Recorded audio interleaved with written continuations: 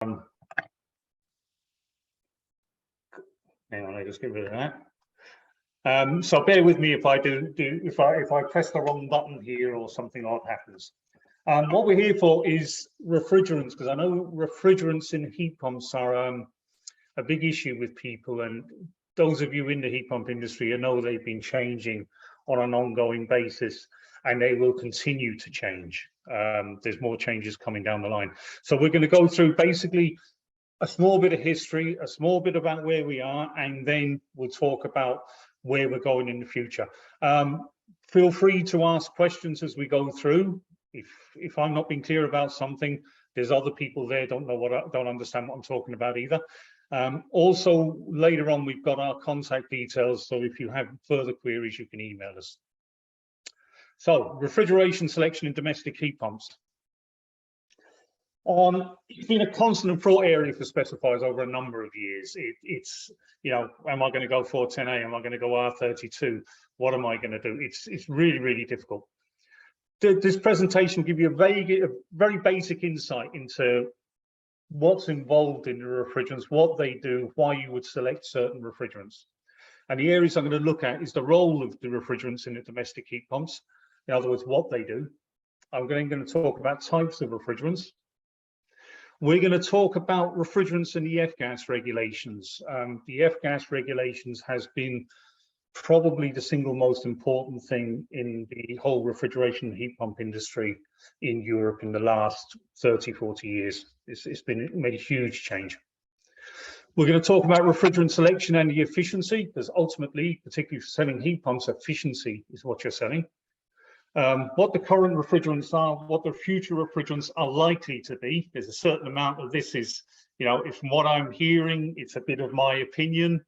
You know, I think I could be wrong. It could change in the future, but at the moment, it's reasonably clear where it's going. And please ask questions at any point all the way through. Okay, who we are. We've been a provider of training consultancy services in the HVAC refrigeration sector for 20 odd years. We offer theoretical and practical training in HVAC systems, F-gas, ammonia, heat pumps, that's commercial and domestic heat pumps. We've worked for one-man operations through to, you know, large pharmaceutical companies, electronics industries. We worked all of those. We're a City and Guild centre, and we're a QQI approved centre, and we're also the Irish lead for something called Real Alternatives. Real Alternatives is going to be something that's very important down the line. It's about green natural refrigerants. It's a European-led organisation. Okay.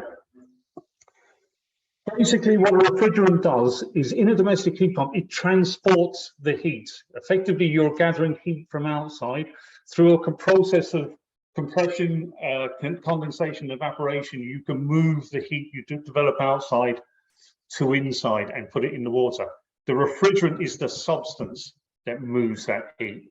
It uses a phase change process. So in other words, it moves from liquid to vapor in the evaporator, which in domestic heat pumps is the coil that's on the outside. And on the inside, it changes back from vapor to liquid, and therefore gives up its heat and puts its heat into the water. In the compressor, the evaporated refrigerant increases in pressure and thus increases its saturated temperature. Saturation temperature is basically boiling point. But the problem with using the phrase boiling point is that everybody immediately assumes 100 degrees C. Saturation temperature implies pressure and temperature. As you change the pressure on a substance, you can change its temperature. So therefore, when we use the phrase saturated temperature, we immediately assume that you're talking about pressure and temperature. I might say the saturation temperature of R134 at 2 bar is 0 degrees C. There's a whole sequence there. And we can change this boiling point by changing, or saturation temperature by changing the pressure. So on the indoor heat exchanger, the refrigerant is releasing the heat it's gathered outside into water, which is then being used for the domestic heating. Because it's releasing its heat, it changes back into a liquid. That released heat increases the water's temperature, and therefore is providing your space heating. The refrigerant will then pass through an expansion device, so basically a small orifice This does the exact opposite of a compressor. It reduces the pressure, and because it reduces the pressure, it reduces the saturation temperature, and then it enters the evaporator and the process starts again. If you've understood all that, I'll be out of a job. We spend quite a lot of time trying to explain the fine parts of this to people. It is a very strange process unless you have a background in it. I still to this day remember the day when it clicked, but I've been actually putting in equipment for about 2 years at that stage, not having a clue what I was doing. Okay, refrigerants themselves, they can be broken down into categories. First categories are synthetic refrigerants, basically chemicals, man-made chemicals. The earliest ones were CFC, well, the earliest synthetic refrigerants were CFCs, chlorofluorocarbons, invented by a man called Robert Midgley in about the 1930s. Robert Midgley is very famous as being the person who's done the most environmental damage single-handedly ever. He's the man who invented CFC refrigerants, which broke down the ozone layer, also contributed massively to global warming. And his other big invention was leaded petrol, which killed millions of people around the world. So he's, yeah, it's not a nice thing to be famous for. He did become wealthy from it, though. They man-made refrigerants. They have an impact on global warming if released, and the global warming is based on CO2. What we do is we give CO2 a unit of 1. If we take something like R404A, which is it's a currently being phased out refrigerant gas, global warming potential that is about 4,000. So it's 4,000 times worse than releasing CO2. It's incredibly damaging stuff. So the F-gas regulations are what controls this, and we'll talk about that later on. Refrigerants are also classified by flammability and toxicity. This is how the whole class of refrigerants work. As you move to the right of this chart, what you're going to see is that they're higher toxicity, and as you move to the left, they're lower toxicity, and as you move up, they're higher flammability. So you know, something like ammonia is both toxic and flammable. We have other refrigerants that aren't flammable, like A2L. Well, A2L is mildly flammable. A1s aren't flammable at all. So they're all classed. So to give you an idea, from the heat pump industry, the refrigerants you're currently looking at are R32. R32 is a global warming potential of 675. Frightening as it sounds, that's considered low. That flammability range is low. It's hard. It can burn, but it's hard to light R32. But this is the restriction. If any of you have been putting in R32 systems, there are restrictions on the quantity of charge, and it's due to this flammability. It's classified as an A2L refrigerant. 410A. 410A is a global warming potential of 2,088. It's 3 times that of R32. This is one of the reasons we're moving from 410A to R32. It is, however, not flammable, so it's an A1. And older systems that are out there, you're likely to have something called 407C. 407C, it's an A1 refrigerant, it's not flammable. Its global warming potential is less than that of 410A, but it's actually quite the difficult refrigerant to use. It has something called fractionation. It can separate out into its component parts. Natural refrigerants. R717. 717 is ammonia. Ammonia is a very, very widely used refrigerant in large industrial equipment. When you're dealing with ammonia, you're measuring your refrigerant charge in tons. You know, a small system is 3 or 4 tons of ammonia. 744, CO2. CO2 was an old refrigerant, and it died since the 50s, but since the beginning to phase out the HFCs, it's making a little bit of a comeback. Its biggest problem is that it's high pressures. A lot of supermarkets are moving towards it in their refrigeration systems. And then you've got R290 and R600. They're propane and isobutane. They are highly flammable, but they are natural refrigerants. Their global warming potential is around about 4. It's extremely low. They're not considered F-gases. They've been around for a long time, but they are making a strong impact on the market now. And we are going to see heat pumps coming on the market using those gases. So we'll spend a little bit of time talking about them. They are A3 refrigerants. A3 means they are highly flammable. Okay, CO2 is an A1. It's not flammable, but it's extremely high pressures. And ammonia is a B2L. It has got flammability. It's also got toxicity. So it's an extremely good refrigerant, but there are certain things you need to, well, there's a lot of things you need to know about working with it. So we'll start with fluorinated gases, or F gases. They're man-made. The products are produced, sold, used, reused, and should be recovered, recycled, reclaimed, and should be destroyed at the end of life. So they have a commercial value all the way through their whole lifetime. There are very, very strict controls around F gases. Who can work with them? What happens with them at life? All about leak testing at the end of life, how they're destroyed or recycled and reused. This has been probably, in my opinion, one of the best things that's happened to our industry over the last 20, 30 years, because it has improved standards within the industry immensely. F-gas, if you're going to handle F-gases, you have to be certified to handle them. If any of you have walked to a fridge wholesaler and they won't sell you anything because you're not F-gas certified, unfortunately, that's the way it is. That's the law. Non-compliance with the F-gas regulations, I think currently is around 4 years in prison. It's taken very, very seriously. They all have a global warming potential from about 12 up to 22,800. They're used in refrigeration, air conditioning and heat pumps, fire extinguishers. This is the gases that you maybe have in your computer room. If there's a fire there, the gas that comes in and knocks out the fire. They are F gases. There's some of those with extremely high global warming potentials. They are being phased out. It's used in solvents and also foaming agents. They currently account for about 2 to 3% of global emissions, but are raising rapidly, and it's predicted that F gases may contribute 20% by 2050. There's a quota system on refrigerants as well, has come in from the EU. And this quota system is one of the things that's changing the refrigerants we've been using on an ongoing basis. So we have a maximum quantity of HCFCs in Ireland, right? What every country in Europe does, which was available in 2015 and was considered the 100% mark. Every year since then, that quota has been dropping, but the quota is not based on the actual volume of refrigerant, is based on its CO2 equivalency. So if you have a quota, you can take in approximately 3 times as much R32 as you can 410A, because the global warming potential of R32 is 1/3 of that of 410A. So to give you an idea, this is where we're going.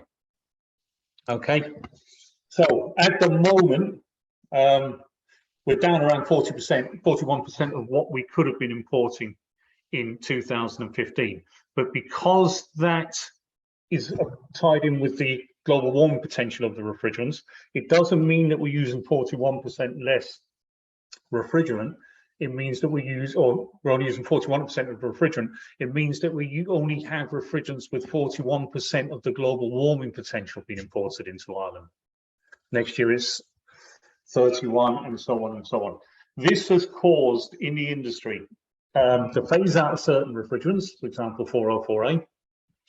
It has, if any of you have been buying refrigerant, caused immense price rises, absolutely enormous. I can remember in the place I was in 2016, R507 went from about 60 kilo cylinders for about 1,100. I think it went up to about 6,000 in the space of a year. It's hugely expensive to buy refrigerants these days. It will also, if you think about it, for the heat pump importers, they are moving to R32 for 2 reasons. One, there's a green agenda there, and everybody wants to do their bit for that. But also because they also have a quota, they can bring in more systems on R32 than they could on 410A. So hence, there's a financial reason for them to move to 32. And this is what the EU intended when it brought the F-gas regulations in. They decided they wanted to make it financially viable for people to move towards lower global warming potential refrigerants.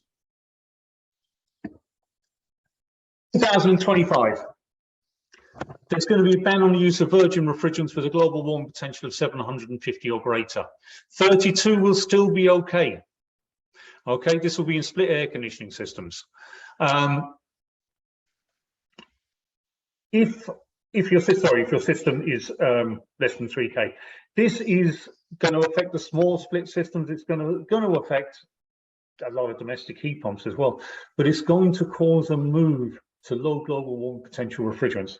So there are manufacturers already coming on the market with systems on R290. R290 being a hydrocarbon with a global warming potential of about 4. It's an extremely environmentally friendly refrigerant. There is completely different handling techniques for it, but you're not F-gas restricted on it. You don't have any of those restrictions. It does, however, explode and go on fire, only though if it's handled badly.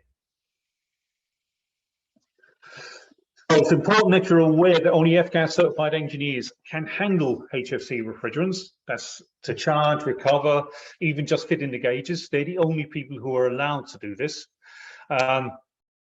Depending on the quantity of refrigerant, which is tied in with the global warming potential of the refrigerant, your system maybe have to be leak tested on an annual or biannual system or biannual process every year.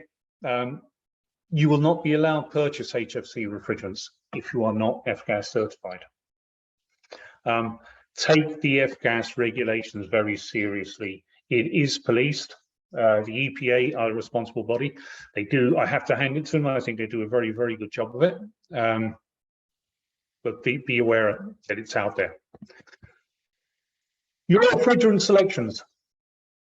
What you should be basing, in my opinion, what you should be basing your refrigerant selections on is their seasonal energy efficiency. What you want is a refrigerant that will work as efficiently as possible in the temperature range you want it to work in. This is why the refrigerant you might choose for a heat pump is not the same as a refrigerant you would choose for a freezer room. The refrigerants work better at certain temperature ranges. You should also be looking at their direct global warming potential. In other words, if the refrigerant is released, how much damage will it do to the environment? But you also need to consider their life cycle global warming potential. There is no point in putting in a refrigerant that has a low global warming potential, but is very inefficient. And over its life cycle, it produces a hell of a lot of CO2 back at the power station. You have to consider both its direct and its life cycle. And in a lot of ways, the life cycle is more important than the direct global warming potential. Got to think about future trends. I personally would not be putting in a system with 407C. I'd be thinking twice about 410A. I would be putting in R32. You have to think about what the availability will be in the future. Not always going to be as easy as you think. You have to think about safety. I mean, we are definitely moving towards hydrocarbons, but there are safety issues and issues around the quantity of refrigerant you can use. And you have to consider all that. And then you've got to consider regulations, phase-out dates and controls. You know, refrigerants are being phased out based on their global warming potential, and that needs to be taken into account when you select refrigerants. The ones currently used in domestic heat pump market, probably the most commonly used at the moment is R32. It's a good gas, it's mildly flammable. It's almost identical to 410A with regards to its pressure temperature relationship. It's an A2L refrigerant. Its global warming potential is relatively low at 675. It does have a fairly long life ahead of it. 410A, it's not flammable, which is a good thing. Class A1, global warming potential is 2088, so it's 3 times that of 32. Was very commonly used over the last few years, but has been probably the last 3 or 4 years. Most manufacturers are coming out with R32 systems instead, and it will phase out. That does not mean that if you sold a 410A system, that it will be phased out and people will not be allowed to use it. What it means is that you will not be able to buy initially new equipment on 410A, and then it will say you can't buy virgin or unused factory fresh 410A, but you can use recycled. It's not going to be a problem for anything that is already installed there. They'll have reached the end of their natural life long before R32 becomes unavailable. Or R410A becomes unavailable, sorry. Domestic heat pump industry, it's the changes coming over the coming years. They're moving to low or zero global warming potential refrigerants. So R290 and R600, they're very flammable. They're propane, isobutane. They're a natural refrigerant. They're already in common use in the refrigeration side of the industry, particularly in the catering small commercial side of it. There are manufacturers of split systems already bringing systems to the market. I do know there's one manufacturer has just recently imported 600 units using R290 into Germany. They're A2L refrigerants, A2L refrigerants with global warming potential of less than 3. It's likely to become the standard in the years to come. Has anyone any questions at this point? Okay. My email is there on the slide. If anyone has any queries or questions or anything we can help them out with, please feel free to contact us. We'll email you back. We're trying to keep this presentation relatively short, so there hasn't been a lot of time for questions anyway. But we will answer anything we can if you email us. I do know Stephen has also got a copy of this presentation, which we'll be sending out to everybody. Thank you very much for your time. That's perfect, John. Thanks very much. Okay. Thanks everyone for coming today. And as John said, yeah, I will be sending out the slides, and the recording of this will be put up on the TUS. We have a playlist there. We will send out links to that as well. So if ever you need to look at it again, it should be there. Yeah, we'll be here tomorrow again. We have KSN from KSN. I think that's KSN. They're going to be looking through the SEI heat pump inspection points. So hopefully we'll all see you there as well. And thanks again for coming, and thanks very much, John. You've kept it directly on time. That's perfect. And yeah, as John said, I'll also CC John in the mail out to all the participants today. And if there's any questions you have for John, then he'll be there. Okay. Thanks very much. Thanks everyone, and thanks John, especially for coming today. It was brilliant.